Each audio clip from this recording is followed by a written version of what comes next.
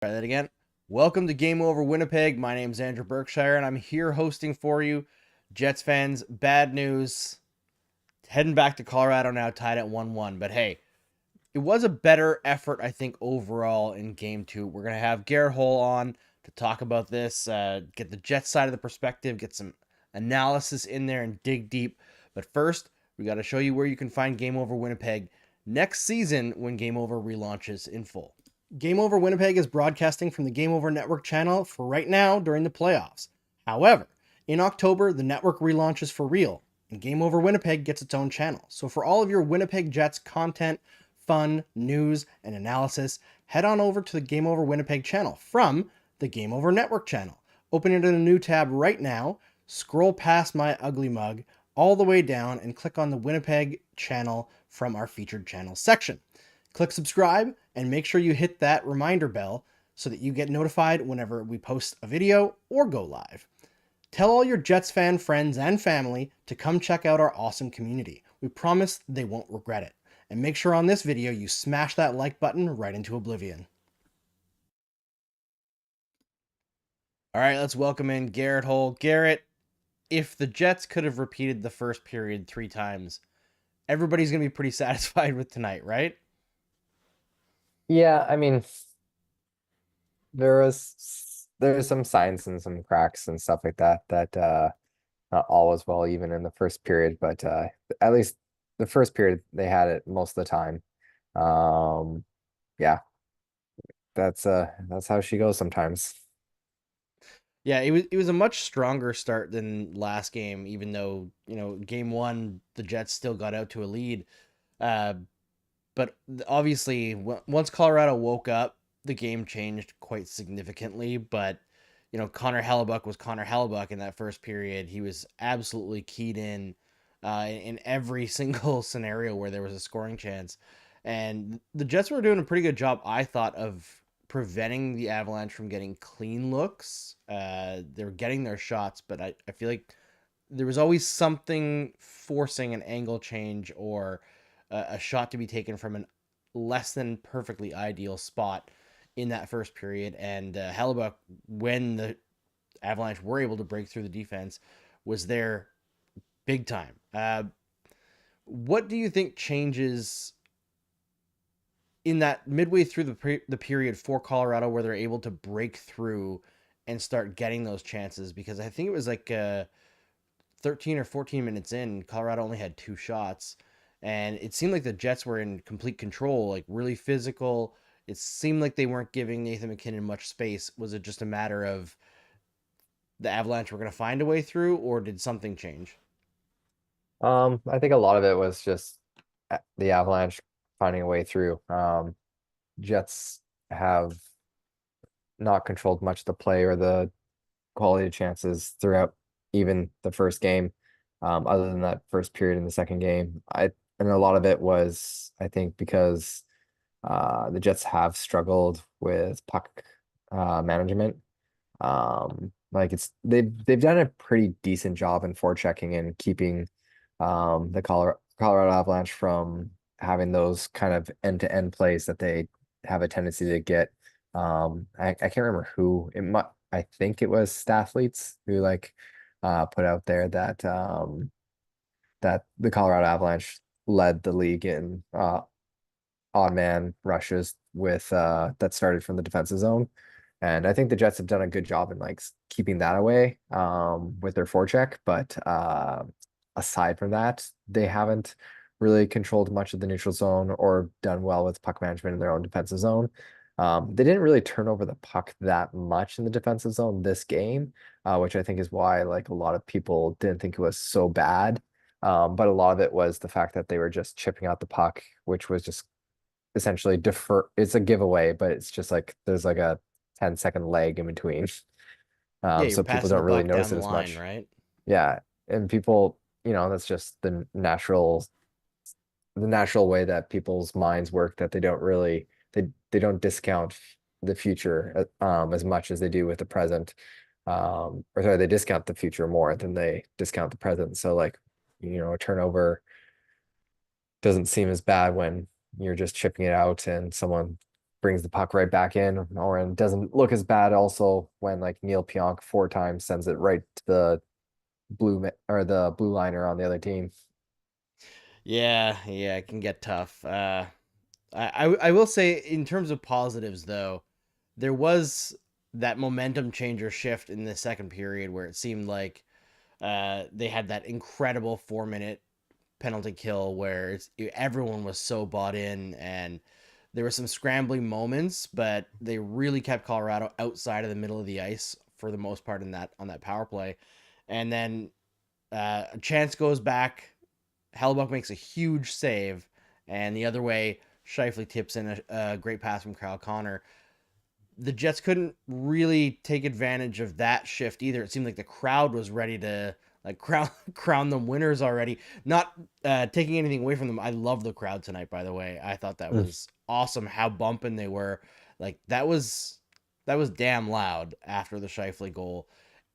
I find it always kind of sucks to watch when a team can't take advantage of that big boost from the crowd, because it really felt at that point that even if the underlyings weren't great, that the Jets were going to roar back and kind of push the game or push the pace of the game the way they did at the beginning of the first period, and it never really materialized.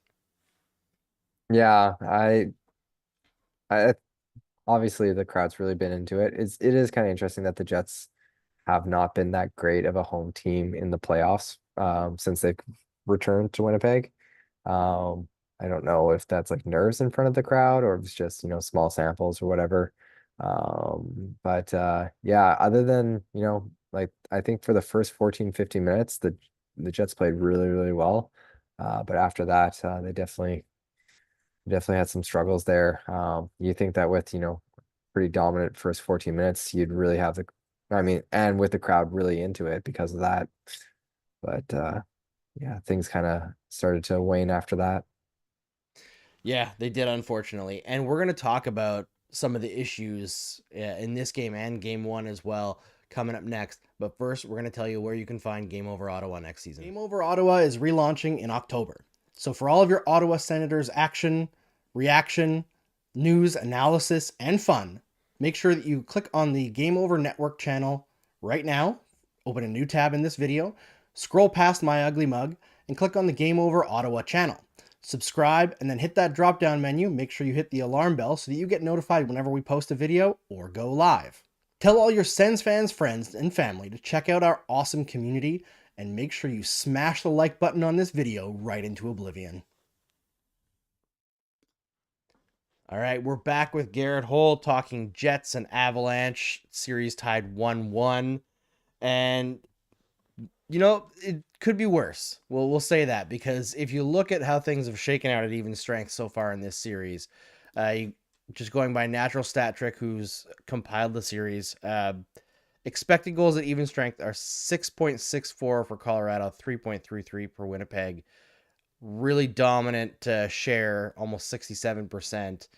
And it's not quite as dominant in terms of like the scoring chances and high danger chances, we'll say, but it's not far off. And thankfully I mean, I guess luck in Connor Hellebuck, the score itself at even strength has only been one goal different.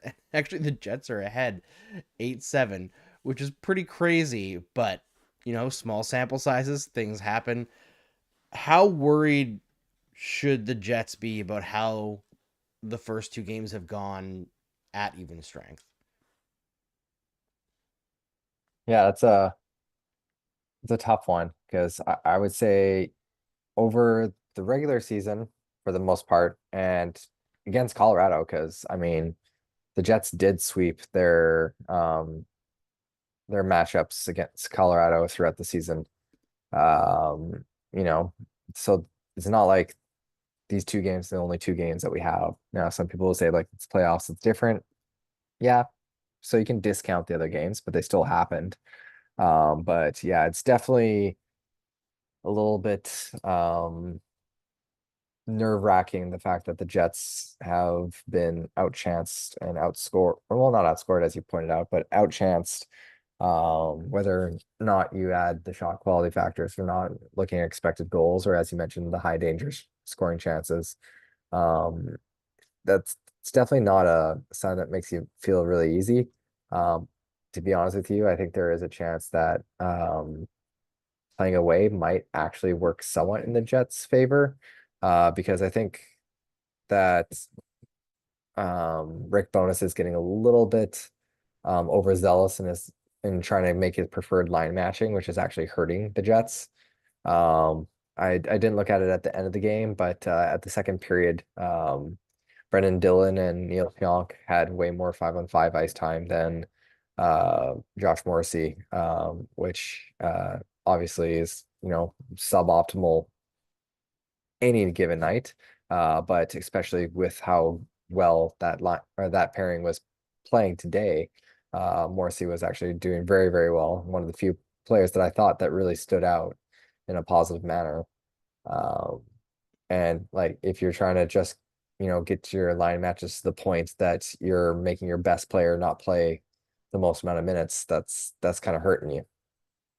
Yeah, especially when the matchup that you're chasing doesn't seem to work, right? Because like, I mean, I guess it works for on the Morrissey side, but on the Pionk side, the downgrade is pretty severe. So, yeah, it hasn't been the best. Like, that's kind of what I was gonna ask you because I'm watching these two games, and it seems to me like, especially in this one, I wouldn't say that there were any like passengers or anything, right? Like everybody's working pretty hard, but it seems like Winnipeg is losing some of the matchups that they themselves are choosing.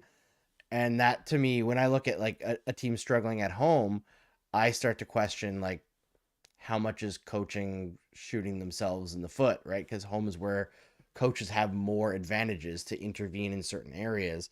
So I wonder if uh, the Jets coaching staff understands right away, because you have to figure it out right away, that these matchups that they're chasing aren't necessarily producing the desired results. And like you said, if they have less control, do the Jets just get better by virtue of being still a decent team? And they are like they're too good to be this thoroughly dominated at even strength by the Colorado Avalanche. As good as the Avalanche are, I feel like the Jets are better than what we've seen. Oh yeah, I definitely agree. I mean, just for like one example, everyone like talks about like the Adam Lowry line being this prototypical um shutdown line, and like you look at their online results, or sorry, their results online on any sort of model or whatever, it looks really, really good. Like that line's been very, very positive. But if you ever check out like I don't know if you ever heard of IQ, like Yes, the yes, Puck website. IQ. Yeah. So like if you look at their like how that breaks down, the Adam Lowry line has dominated mostly because of how it's played against the middle and the bottom of other teams' rosters. Like they've been used as a tough matchup. Um, but they actually have been losing those minutes, and they've actually been losing those minutes worse than even the Scheifele line, provided that Scheifele line was with Ehlers instead of Connor, who Right. really had a rough game today. I mean, everyone was going about him for that moment where he's sitting on his butt, which like I get the optics of that, but like I can also see what he's doing. He was trying to, he got clipped, which was missed, and that's the playoffs. That's what happens. Like there was, not too much long after Nemesnikov clipped in a very similar fashion. Well, not similar fashion, but not too different. And they didn't get called on that way. So like it goes both ways. So I'm Yep. not complaining or anything like that. But Ehlers got tripped, he fell down and he still had the puck. And so he's trying to delay until he got support, because the puck was on the wrong side of him in order to like put it deep. And that didn't work out. But yeah, Yeah. he's had a rough game. But going back to what I was initially saying is like, one of the reasons why I think the Jets have been so good away relative to home is because the fact that the Lowry line's not necessarily that great as a matchup against McKinnon. Yeah. Yeah. It is. It's a tough matchup for anyone, and when you're putting Yeah. guys who maybe aren't stellar defensively against Nathan McKinnon, it makes it tough. I saw some frustration tonight during the game for lack of offense from Monahan and Toffoli, and I looked at them tonight. I saw Monahan quite a bit. I saw Toffoli a little bit in the first period, less so as the game went on. Do you think that line is like I don't know how it played in the regular season with Ehlers there, but it kind of so far in this series looks like three good players that aren't a line yet. Yeah, I can't remember their results off the top of my head for the regular season. I think it was good, but not amazing or great. They definitely are part of the like hard matching things is the Lowry line has definitely gotten more ice time than even when they're Mm-hmm. chasing leads, which is, not exactly something that I would like. So, people haven't noticed them as much because of the fact that they're just not playing nearly as much as they were before. Um, but I think another factor is that they've been very defensive zone oriented. Like and I understand why. Like the Scheifele, Connor, Velarde line has gotten more than the lion's share of defensive zone starts. But yeah, I think Monahan line I think got two offensive zone starts the entire game. Um, and like, if you're wanting to try to create some offense or whatever like that, like those type of guys, that's a whole bunch of goal scorers on that line. And you're looking for goals and you're putting out the Lowry line just almost as the same number of offensive zone starts. It's not not the way you want to do things. Yeah, yeah, especially chasing. And I also wonder, like you mentioned, I mean, I feel like everybody who pays attention on Jets Twitter has mentioned the idea of kind of splitting Shifley and Connor. I wonder if doing that and having like Ehlers jump up onto that top line makes it a little bit more justifiable how much of the even strength minutes goes to that top line, because like they can definitely score, but they've got some issues as well on the other side. Yeah, I mean, I thought that defensively they've played a little bit better in the playoffs than they did in the regular season. Mm-hmm. I wouldn't say extensively so. I think a lot of it also comes down to the fact that that pairing, or sorry, that line has been playing mostly with the Pionk Dylan pairing, which kind of like is a double doozy with negative feedback there. Not exactly something you want to see. Then like the Morrissey line is mostly playing with Lowry, and then so you got Monahan line playing mostly with Sandberg and Stanley, which I think is also part of the problem why we're not seeing Monahan and Toffoli and Ehlers do too much because like I think a lot of it has to do with the fact that it's kind of weird that the Jets are going with this like third pairing that was kind of like only put in for a couple of games at the end of the season.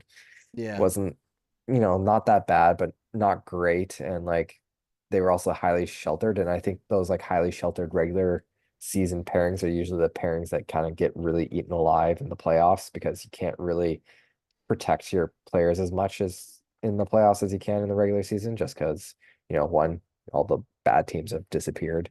But yeah, like Sandberg has kind of struggled a little bit with the puck on his offhand after playing on the left side for the entire season. And yeah, I think one of the suggestions I definitely would put in is bringing Schmidt in for Stanley. Like I know like Stanley's brought in a lot of physicality and a lot of people are enjoying that. But he's definitely struggled with and without the puck these past two games. Not that not that it's been significantly worse than a lot of other players on the team. Yeah, although there was that moment, I think it was actually in the first period where the Jets were dominating and had a nice offensive zone shift, and it went to Stanley at the point, and he just kind of like whiffed on it and dumped the puck in when he had a really good avenue. He had like an open guy to pass to or an open lane to shoot, and you could actually tell John Bartlett on the call on Sportsnet. He was like Stanley, and then he like paused and he's like, gets the puck deep. It's like whenever you're making Which was the so play by weird play guy hesitate. Like, because how can I frame this? it was very weird too, because like Stanley is typically like I have two options. I have shoot or I have shoot harder. Yeah. So like the fact that he did that, I know exactly which player's talking about. It almost looked like he was trying to bank it off the backboards, but then it kind of like flubbered. Like Yes. it was very weird. It was a funny one. Yeah, I think in that third period, were you happy with the Jets pushback? It seemed like they like pushed play in the right direction, but had trouble getting through Colorado's defense. Yeah, it definitely was in terms of like actual session zone time and like shot attempts was a lot more towards the Jets favor, but I think in terms of actual like shot quality, I'm going through this as an eye test and because I've been tracking scoring chances also manually only from the Jet side. I haven't been really doing the other end of things because tracking that many events like with all the zone entries, zone exits, and puck recoveries and all that stuff. That's enough. It's enough tracking for me. Yep. But yeah, I didn't see too much of it turn out to be something that's was, there's a couple like the one that Ehlers had where it went to his skates and then he kind of had to shoot it up as fast as possible without to try to catch Georgiev, but didn't quite work out. And then I think there was a couple more I saw Connor do. I thought Connor actually played a lot better than his expected goal differential would say for this game, which is Yeah, something that I don't normally say. yeah, I thought he had a good game one too. Like he's looked pretty solid to me overall, Kyle Connor. I guess the other good news going forward for the Jets, I think, is Alexander Georgiev had a better game today, but he made some big saves. But I thought he looked really panicky still. Like he did not look settled in. And if I'm the Winnipeg Jets and I look back at Connor Hellebuck and how like I know he let in four, but I thought he was really solid tonight. Made a lot of huge saves in big moments to keep the game within reach. And I look down at the other end, probably have a little bit of confidence still that this series is far from out of reach. Yeah, it's something. Sorry, I don't have a great The retort goalie to that. mismatch. Like, I mean, I will say like the performance between the two goaltenders hasn't been as like in terms of actual like results. Like I would say that, you know, Hellebuyck has a lot more to give than he's been giving. Agreed. And I think Georgiev's not been outplayed by Hellebuck as much as like a lot of people would think that Helly's been would normally do. So that is something there. I mean, some people say that Helly's not a playoff. It's weird that the Jets like for the longest time when I was like pointing out Andre Pavlik wasn't that great.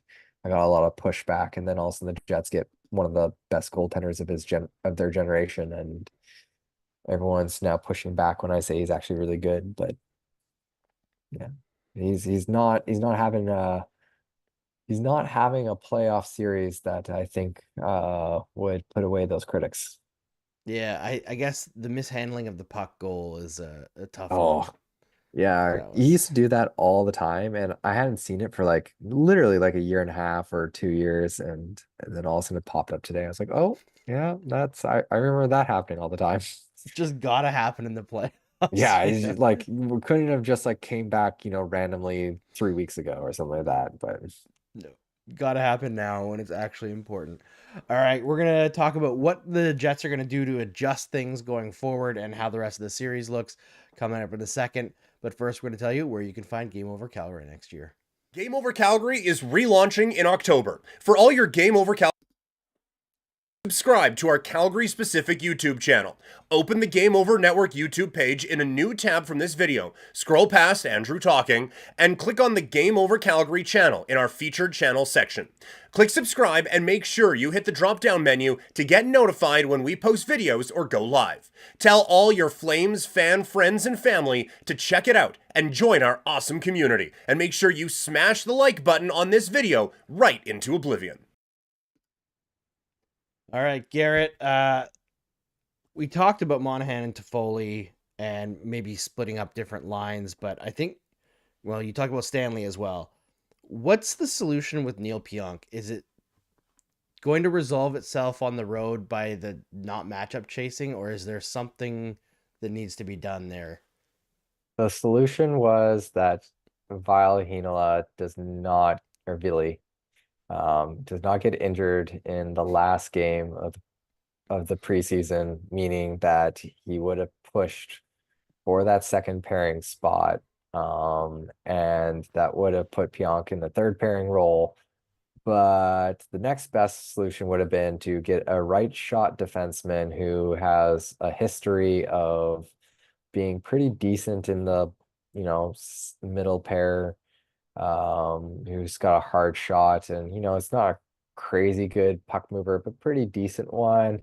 I don't know, maybe like a Colin Miller or something like that. And then when you trade for him, you actually play him quite a bit, so he gets like acquainted into what's going on and whatever, and then maybe he pushes for the second pairing. But if you don't have that, then another option is that,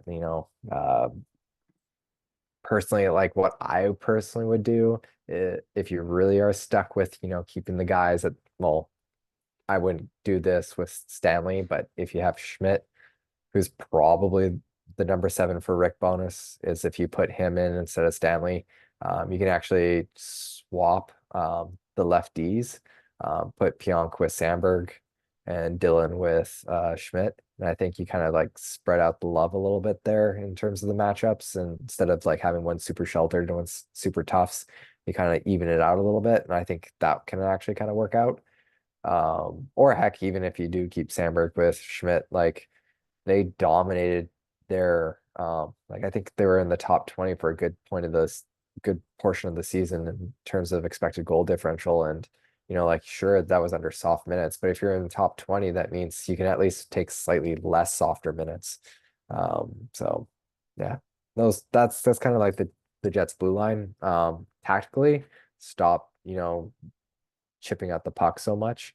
Like the Jets just constantly have been doing uncontrolled exits that just have ended up either A on the defenseman at the blue lines. So, it's just cycling it back for them. Oh, or it's just, 10 seconds later going back into their zone. So that's kind of like in terms of tactics. In terms of the front, I think bringing Cole Perfetti, a guy that's scored as many goals as he has, got as many points as he has, not playing is, in my personal opinion, an issue of the Jets because of the fact that that's in part because Rick Bonus is kind of too stuck in having this top 6 third checking line and then having just this mishmash kind of like energy line in the fourth line, kind of old school style. I mean, if you put Cole Perfetti just on with Nemesnikov and Iafallo, just as an example, that's literally the line that the Jets had as their second line when they were the best team in the league for December and January. I think, if they were, a good second line for, a 2 months spread, like they must be at least pretty decent as a fourth line. But yeah, that's kind of how I look at things. Would you scratch the Gus bus right after he scored, though? I mean, they scratched Cole Perfetti after he scored, so True enough. True enough. Yeah, it's a confusing one. We were talking about that on the last one. That what's going on with Cole Perfetti? I feel like, the butterfly effect of Ville Hanola has been crazy all season long. It seemed like this was going to be the year that he broke through. What is it with the Jets? It seems like Hanola's been around forever and yeah. just doesn't seem to get a chance. And I know some of it's injuries when he gets a chance, but like just because a guy gets injured doesn't mean he shouldn't still get the chance that he earned. Well, I think also part of it was like the Jets were extremely healthy this year. They actually lost 0 man games on their blue line this year. Wow. In terms of injury, they lost 1 because of sickness. Brennan, they're all four of the games that were missed were Brennan Dillon. 3 games because of suspension, 1 game because of sickness. They lost 0 games because of injury, and so because of that, he never got a shot. So yeah, I mean, like past seasons, I kind of understand. because they do have that log jam because they traded for Schmidt and Dylan, and that's a lot of payroll on their blue line.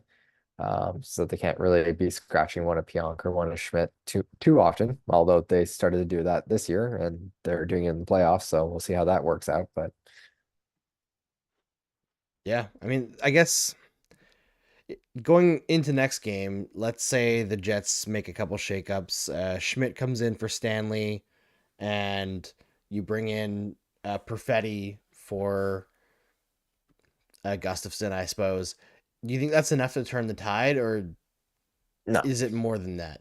it's got to be more than that. Like we can talk about like, certain pairings kind of struggling, like the second pairing. We can talk about, certain lines struggling, but overall the Jets' performance top to bottom hasn't been that great in these two games. And the only way that they're going to actually, beat the Colorado Avalanche now in what's basically a best of five. Well, not basically, it is a best of five now with Colorado having the home ice advantage.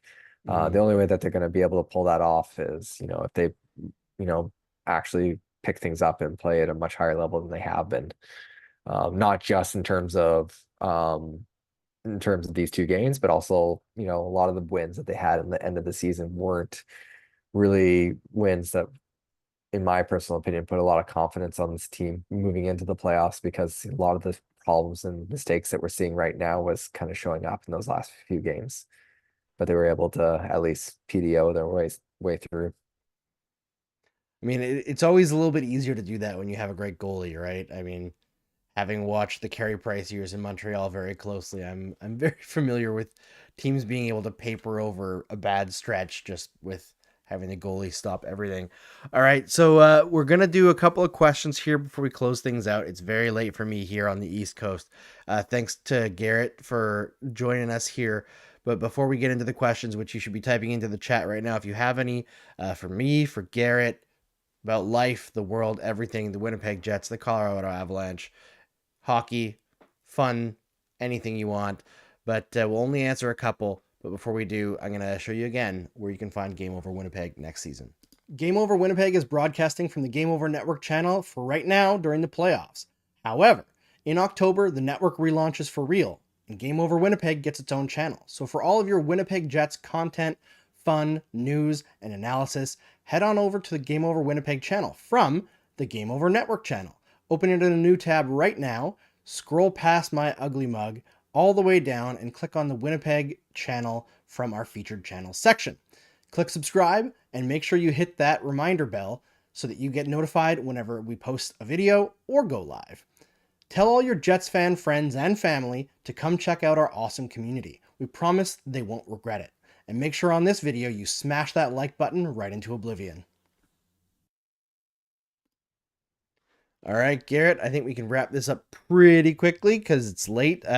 Kay asks, is Rick Bowness Dom Ducharming? I don't know Uh, if you understand that reference, but Dom Ducharme was who was in charge of yeah, Montreal when they like scratched Cole Caulfield to start the playoffs, and then the following season he scored like 1 goal in 30 games, and then of course he gets fired, and St. Louis comes in and immediately scores at a 48 goal pace for like over 2 seasons. So is that?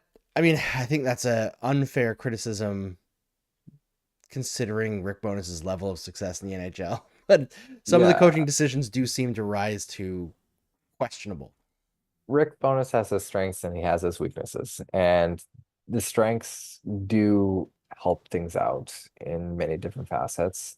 Like there is a reason why the Jets have performed much better this and last season than they have the couple seasons prior. Part of it is that their roster is much deeper, but part of it is that the Jets are playing better in terms of systems wise.